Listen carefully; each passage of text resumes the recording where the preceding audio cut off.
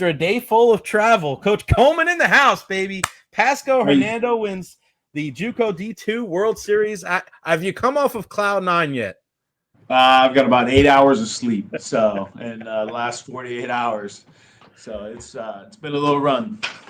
I mean, what I know we were texting back and forth last night. Like when you opened your phone after the game was done, what was that like to be able to see how many messages you got from people? I'm probably over 500 text messages. I probably responded to about 150 people so far. Combination of Twitter, X, Facebook, all of it together. It gets overwhelming, Who was the biggest surprise? Was there a big surprise out of all of them? Well, Ron DeSantis wished us good luck for before we played the national championship game. Unbelievable. I saw that on Twitter and I was like, oh, that's freaking awesome, man, to be able to a lot of people don't know Ron DeSantis played college baseball. So yeah, I'm an athlete. I knew I went to I used to work at a guy at iHeart that went to high school with him and saw the yearbook picture. I was like, look at this guy, man. But it's just another example, right, Coach, of when you look at baseball, especially in our area, there's so much talent. And to be able to see your guys and to be able to get guys from this area to be able to do things together collectively. And I mean, you hit 2 freaking grand slams, when you're down. Like, I mean, take us through that 7th inning there. You're in the championship game. You're down 7-3. I mean, what's the message to the team? Was it anything different? I mean, what did they do something different? Or like, what got into the guys there to kind of just say, hey, this is the season right now, and you want to talk about a season for the ages. You're going to be thinking about that the rest of your life. Yeah. So, we had a tough matchup there with their second arm that they brought out, which was a lefty. He was like 90, 94. And I told our guys, we just got to weather the storm and hang in there as long as we possibly can. Make that guy throw as many pitches as he could. He threw 87 pitches on the Tuesday before, so I knew he wasn't going to be able to stay out there and finish the game. Really, at the end of the day, the reason why we won the game was their starter who started, we got him out in the third. If they were able to go 4 or 5 innings with that guy and then come in with the lefty, we would have been in a tough spot. But we ended up leading off the inning with a walk or 2 walks, and they ended up going in the pen and went to a righty. But I tell those guys all the time, when we went out there in 2019, we did the same thing at Port River. I think we were down 9 runs with like 6 or 7 outs to go, and we scored like 10 runs and ended up walking off against them. So no lead is safe in Enid. Elevation's up high. There's wind blowing all over the place. The strike zone is the size of a shoebox. There's a couple things that happen. Grant Jordan, he caught a fastball and hit it to right field for the first grand slam. And then the second rally we started that rally with 2 outs. We went walk, and then they went to the bullpen again. And Clay Thompson out of Jesuit High School, Clay and Grant are both teammates from Jesuit. I walked up to Clay and I was like, hey, this guy's like 94, 97. He's probably throwing a baseball 100 miles per hour in his life. He doesn't really know where it's going. I said, get up there and stand right on the line. Clay's a phenomenal baseball player for us. He had a great year. He's going to have a chance to be an All-American. And he was taken. And I told him to take. I said, just stand in there, and he's going to throw him right into square in your back. And they threw a fastball, and it hit him square on the elbow and loaded the bases. And then Durfee, who's from Braden Durfee, who's from Land O'Lakes, I said, we need a run. Just do whatever it takes to get it in. And he hung a 2-strike breaking ball, and it just ran right into his barrel and hit it 400 foot to left field. So kids were so excited. I seen players in my dugout, and I've never seen this before and witnessed this. I seen players in my dugout that they were so emotionally out of control that they were throwing up. Yeah, throwing up in the trash can. That's how excited the guys were. So. I mean, I saw one of the video packages that you guys put together, the highlight package, and it was just like, and I was getting emotional just watching it. I can't imagine being there, and you see the wind howling, and yeah, you mentioned Jesuit. Coach Miguel does such a great job over there with the Tigers, and to be able to, invest in. I say this all the time, when I have conversations with people about the Rays, like, don't tell me this isn't a baseball town. And obviously it goes outside of just the Tampa Bay area, Newport Richie, we're talking Clearwater, this whole area, the 813-727-352, everybody up and beyond. Like, there's so much great baseball in the Tampa Bay area. And to be able to take guys and to be able to keep them home, right? And to be able to do something like that, how special is that? Well, it's the density of talent in the Tampa Bay area. Yeah. I mean, you go to Illinois, there's good players. You go to Iowa, there's good players. You go to Ohio, there's good players. They have players that make it to the big leagues. There's athletes up there for sure. But it's just the depth and density of talent that we have in our state, and especially the Tampa Bay area, that's really changing. Obviously, we got a national championship now. Hillsboro's got a national championship. St. Pete Community College has been a powerhouse for years, especially back in the Pano days. You got State College of Florida right down there that's a powerhouse with Tim Hill. You got Al Corbeil over at Polk, who's been to Grand Junction. I think he just picked up like his 500th win in 13 or 14 years.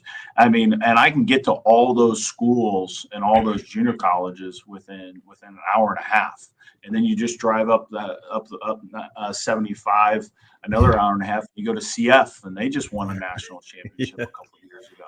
Right. We've all been nationally ranked. We're all sitting there battling it out for recruits and players. It just shows the high school coaches we have in the area, the travel ball coaches they have in the area. The academies are starting to pick up. The academies are starting to bring players in from other parts of the country, and bring them in here, and they're starting an NAA league that has a ton of depth to it. And it just shows that, like, Florida reigns supreme. We may not be able to do it every year, but we are a force to be reckoned with at every level, between Florida State and Florida at the Division I level. Then you go to the University of Tampa at the Division II level, and they got a chance to win their NCAA for, Joe Urso's probably going for his 8th or 9th at this point in time. Southeastern over in Lakeland, which is the NAIA team. Weber and Southeastern both made it to the World Series. Southeastern just finished second to LSU Shreveport. FSW went to Grand Junction. Down in Fort Myers, we went to Enid. The state's spending a lot of money on travel for the World Series. You got that right, brother. Yeah, I'm glad you said that. Joe and I are really good friends from over the years. They played a night at 6 p.m. I look at the baseball, and this is what I love. When I coached, I was at Freedom for a couple of years, Freedom High School, and just coaching travel ball. And there is somewhere for so many high school kids to be able to play. Right. And it used to be, and I remember growing up, like, if you weren't going D1, you weren't going maybe D2, like, there was some JUCOs, and it wasn't, I grew up on Long Island, so it was a little different. But down here, and I think it's important, right, Coach, for these people to know out there, like, there's a lot of places for you to be able to play, and good baseball. You're mentioning a guy, you're thinking, for people that aren't informed, they're like, oh, JUCO, how good can the talent be? I'm like, you got to watch these games, man. You just said you got a guy throwing 90, 94. Like that guy could, it doesn't matter. Like, it's not that much of a drop off, if at all. I mean, you see some incredible talent at the JUCO level, don't you? Yeah, it's loaded. Michael Savarese, our number one this year, he went 14-0. I don't know what his ERA ended up finishing at, but I mean, he's a Hernando High School a graduate. Our number 2, he's a Hernando High School graduate, and Riley Fisher. Our second baseman's from Fort Myers, our shortstops from Jesuit, our third baseman's from Miami, left fielders from Land O'Lakes, center fielders from Jesuit, our right fielders from Claremont. One of the most proud things that I ever did was in 2023. Okay, I wrote a lineup and won a conference series in our conference. And 8 of the 9 players that I wrote in the lineup slept in their own bed with their parents the night before they came and played. And we had the number 1 ranked offense in the country at that point in time. But getting to your point about, colleges and all that type of stuff, really at the end of the day, especially for a lot of guys that play here in Florida that can play high school baseball, the real question is just how bad do you want to play?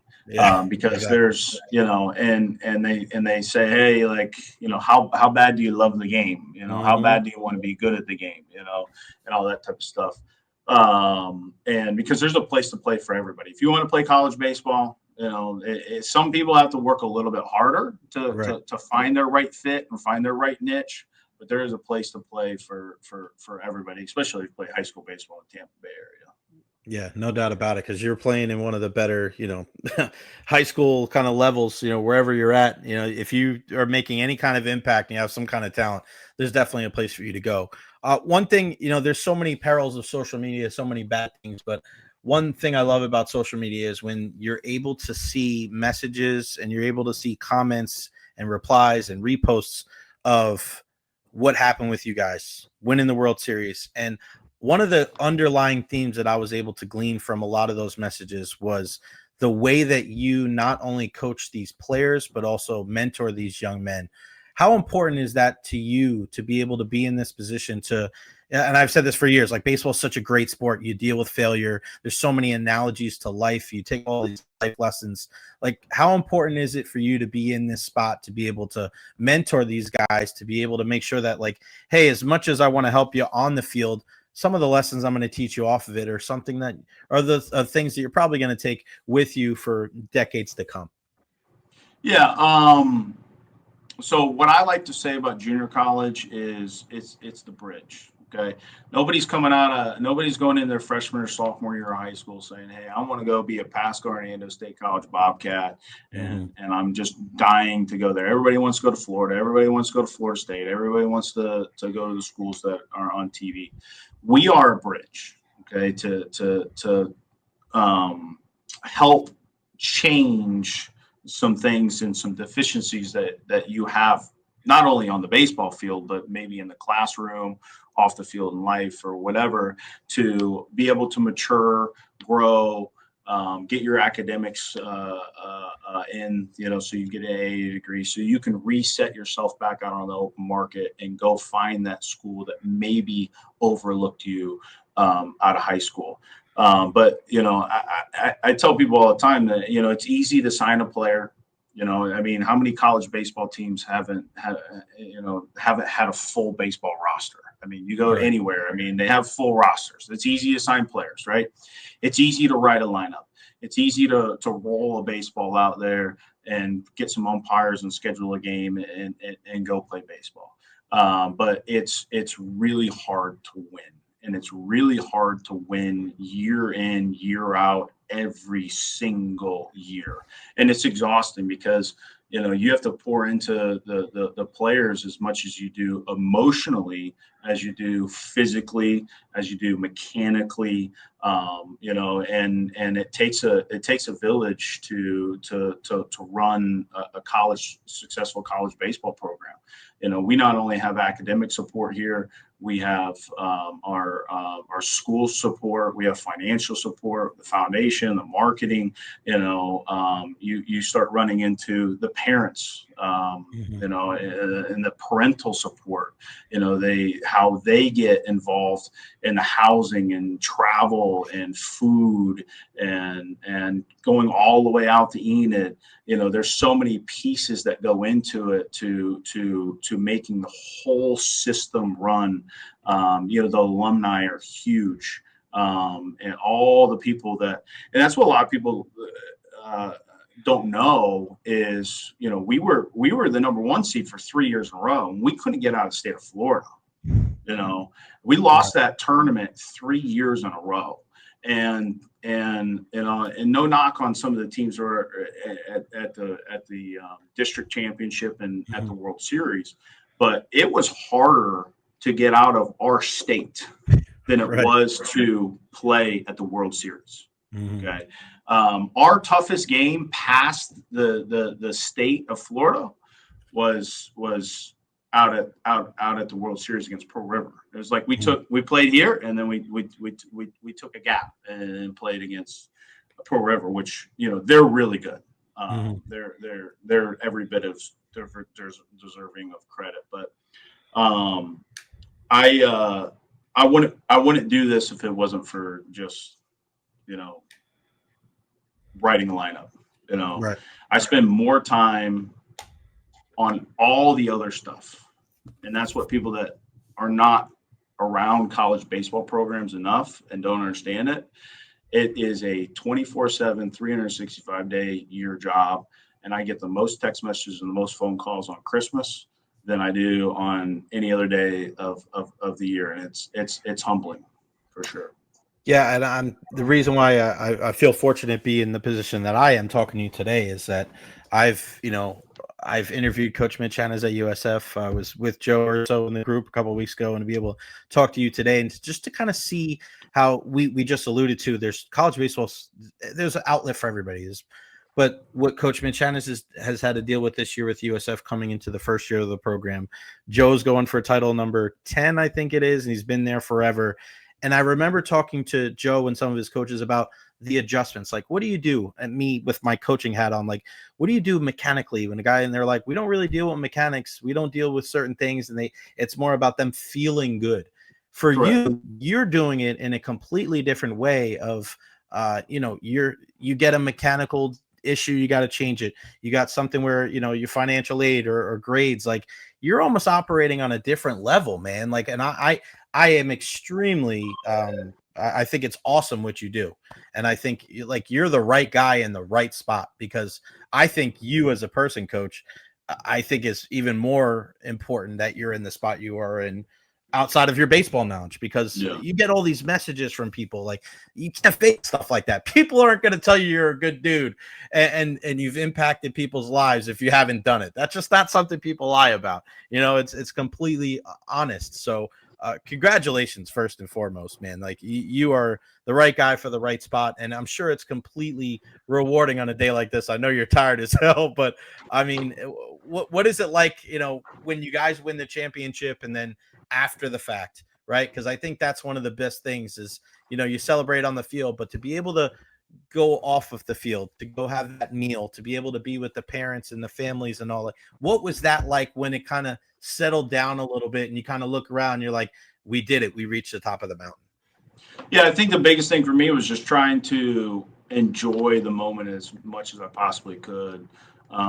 Knowing how hard it was to get there. It's by far the most challenging thing that I've ever done in my life was to win that national championship, and be able to put a team on the field that was capable of doing it, because it's not all about talent, and we've had more talented teams. This is not my most talented team, right, by far, but this team, went above and beyond on getting everything. It was just like when we needed a clutch hit, they got it done.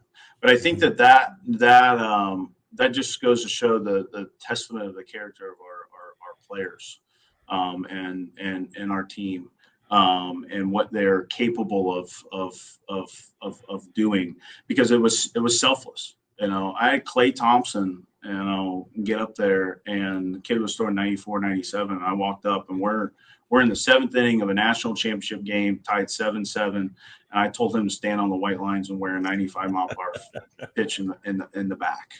Right here, buddy. So, and he walked right up there, and you watch the video. I mean, both his feet were exactly where I said it, and he took a 95-mile-per-hour pitch off the back. And it's humbling to be in the position that I'm in, because you feel like you're working for a travel company, setting up all the travel. You feel like a trainer at times, because you're taping wrists and ankles, you're fundraising, you're fitting guys for shirts and ordering uniforms and all that type of stuff. I'm just blessed to have the support from the players that we've had over the years, and they see what and how hard everybody has worked. This championship was won in 2025, but really at the end of the day, every single person that's ever played for me and for Steve Winterling here at Pasco Hernando and Pasco Hernando Community College, they're all, champions, with this one. We're all a part of it. No doubt about it. Right coach at the right spot. More importantly, the right man in the right spot. Coach Coleman, thank you so much, man. I know you're very busy. I know you got to answer 350 more text messages. So I appreciate you so much. Congratulations, man. Again, making our area so very proud. And yeah, hey, here's to another one in 2026, brother. Thank you so much for your time. We'll talk again soon. Thank you, Jay. Appreciate it. You got it, buddy.